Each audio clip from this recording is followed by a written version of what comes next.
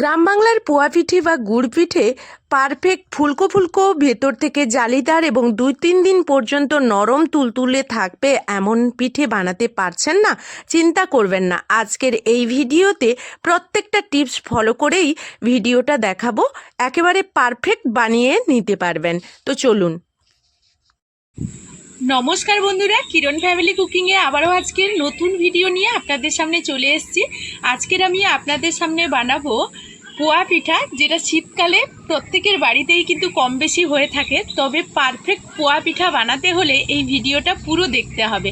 একেবারে ফুলকো ফুলকো প্রত্যেকটা পিঠেই ফুলবে, আর অনেকটা সময় ধরে সেই ফুলকো ফুলকো অবস্থায় নরম তুলতুলে জালিদার পিঠে তৈরি করে দিতে। তো আজকের এই ভিডিওতে পোয়া পিঠের প্রত্যেকটা টিপস আপনাদের সামনে শেয়ার করব, তার জন্য পুরো ভিডিওর সঙ্গে থাকুন। আশা করব আজকের ভিডিওটা আপনাদের কাছে ভালো লাগবে। তো পোয়া পিঠে বানানোর জন্য প্রথমেই আমি এখানে কিছুটা চাল ভিজিয়ে রেখে দিয়েছি। তো দেখুন, আমি এখানে প্রায় 7-8 ঘন্টা আগে থেকেই চালটা ভিজিয়ে রেখেছি, আর এই চালটা কিন্তু আতপ চাল। আমি এখন এটাকে শিলনোড়াইতে বেটে নেব। আপনারা চাইলে কেউ মিক্সিতে বেটে নিতে পারেন, তবে একেবারে মিহি পেস্ট করেই বাটবেন। আর এই চালটা যখনই আপনারা ভেজাবেন তখন কিন্তু চালের মাপটা আপনারা দেখে নেবেন। যে কোনো বাটি বা যে কোনো পাত্র মেপেই কিন্তু চালটা নিয়ে ভেজাবেন। এখন আমি চালটাকে শিলনোড়াইতে বেটে নিচ্ছি।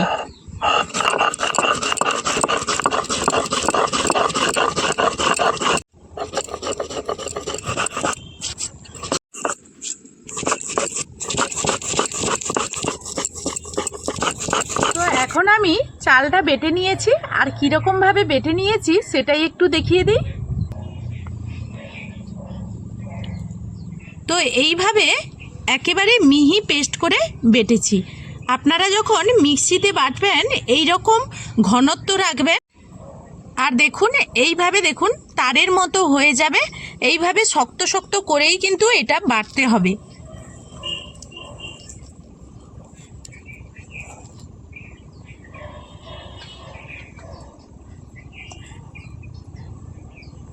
তো বন্ধুরা, এখন আমি চালের গুঁড়োর সঙ্গে কিছু মিশ্রণ দেব, আর সেগুলো আপনাদেরকে দেখিয়ে দেব, আর সেটা একটা মাপ করেই নিতে হবে।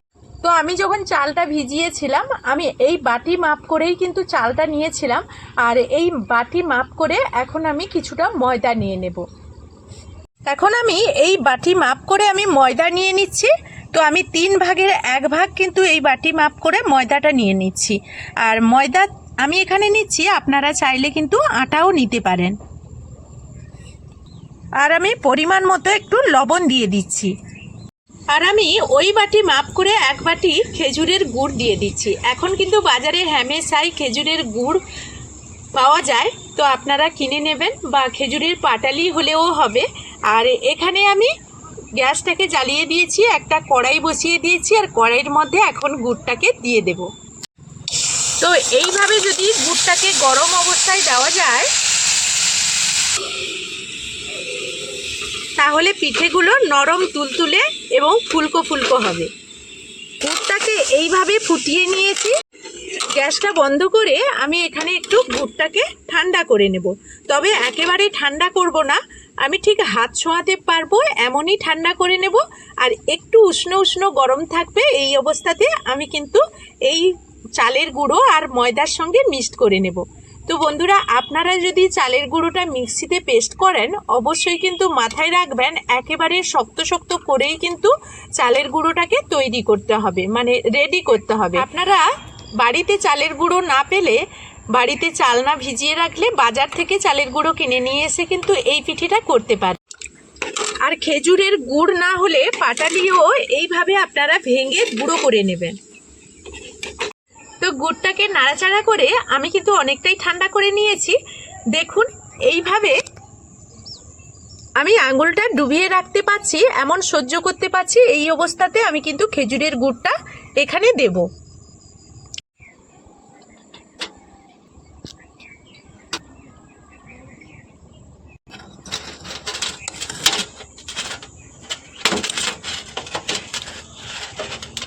তো এইভাবে আস্তে আস্তে মিশিয়ে নিতে হবে। এইভাবে গুড়টা দিয়ে আমি ভালো করে হ্যান্ড উইচের সাহায্যে কিন্তু 5 মিনিট মতো এইভাবে ফেটিয়ে নেব।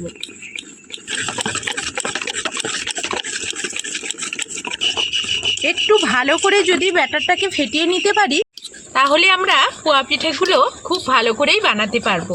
তাই ব্যাটারটাকে খুব ভালো করে মাপসই কিন্তু তৈরি করতে হবে। তো এখন আমি 5 মিনিট মতো খুব ভালোভাবে ফেটিয়ে নিয়েছি। আর এখন দেখুন এর ঘনত্বটা,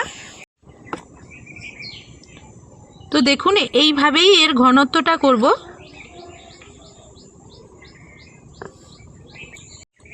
তো ঘনত্বটা দেখুন এইভাবেই পড়বে।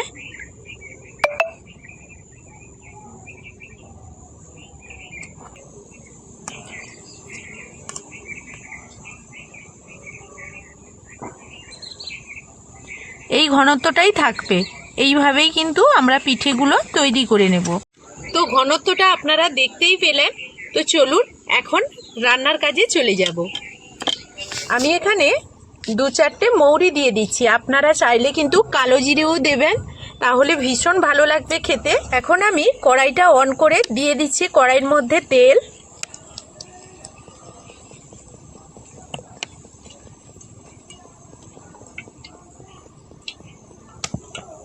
তো তেলটা আমাদের পারফেক্ট গরম হয়েছে কি না সেটা একটু দেখে নেব, এইভাবে চেক করে নেব।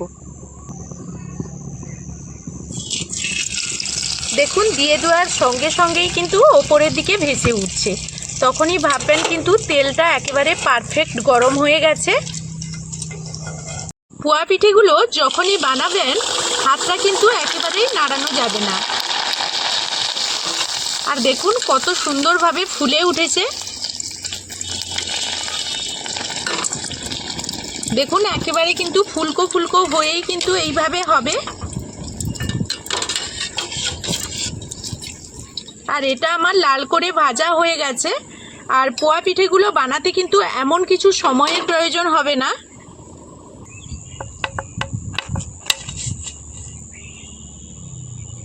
তো আরও একটা আপনাদেরকে দেখিয়ে দিই।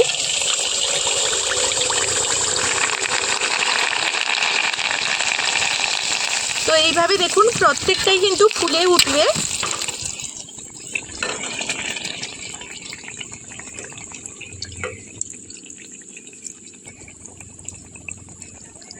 আর এইভাবেই এই পিঠেটাও লাল হয়ে গেছে, এটাও আমি তুলে নেব।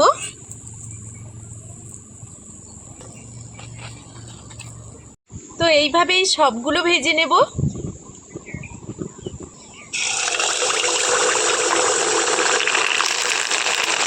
আর প্রত্যেকটাই কিন্তু এইভাবে ফুলকো ফুলকো হয়েই কিন্তু ফুলবে।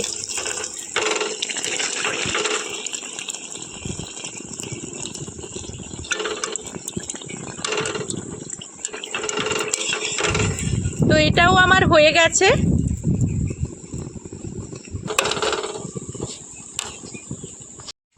আর বন্ধুরা দেখুন এই রকম একেবারে ঠান্ডা হয়ে যাওয়ার পরও এইরকম ফুলকো ফুলকো থাকবে। 2-3 দিন পর্যন্ত এইরকম ফুলকো এবং নরম তুলতুলেই থাকবে।